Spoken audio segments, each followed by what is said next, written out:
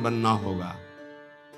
श्री वस्त्राभरणादिभिः करपदाद्युत्कर्तदाहादिभिः निंदा संस्तव कोटिभिर्बहु विभूत्यत्यंत दैन्यादिभिः जीवान्नेव मृतो यथान्विकृतिं प्राप्तः कथंचित् क्वचित् श्री वृंदावनमाश्रये प्रिय महानंदैक कंदम परम।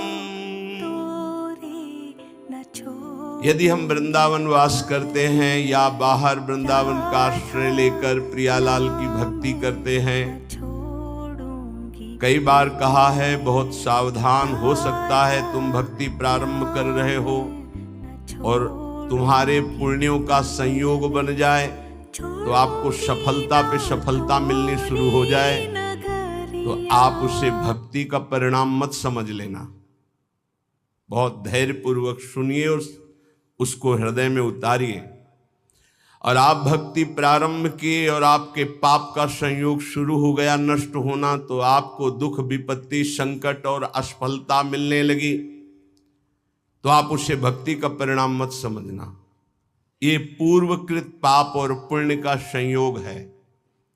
भक्ति पाप और पुण्य दोनों को समाप्त करके दिव्यानंद की अनुभूति कराती है।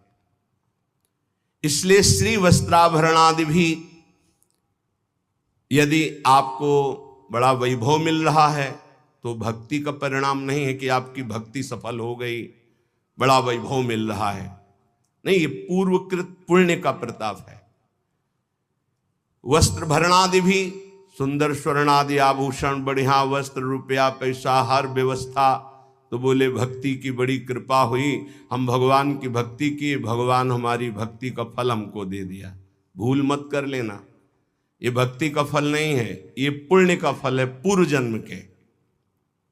या कर पदाद्युत्कर्त दाहादि भी, आग लग गई, एक्सीडेंट हो गया, हाथ पैर टूट गए, संकट आ गया, भारी संपत्ति नष्ट हो गई, तो आप उसे भक्ति से मत जोड़िएगा कि जब से वृंदावन गए भक्ति शुरू की सब चौपट होना शुरू हो गया और 4 लोग आपको मिल जाएंगे, देखा ये बड़ी भक्ति करता है इसीलिए ऐसा इसके हुआ। उसको भक्ति से मत जोड़िएगा। जैसे पहला सुख संविधान तुम्हारे पुण्य से आया था, ऐसे दुख, नाना प्रकार की विपत्तियां, संकट, ये पूर्वकृत पाप से आता है। जैसे उदाहरण में पूज्य राधा बाबा बनना होगा। श्री वस्त्राभरण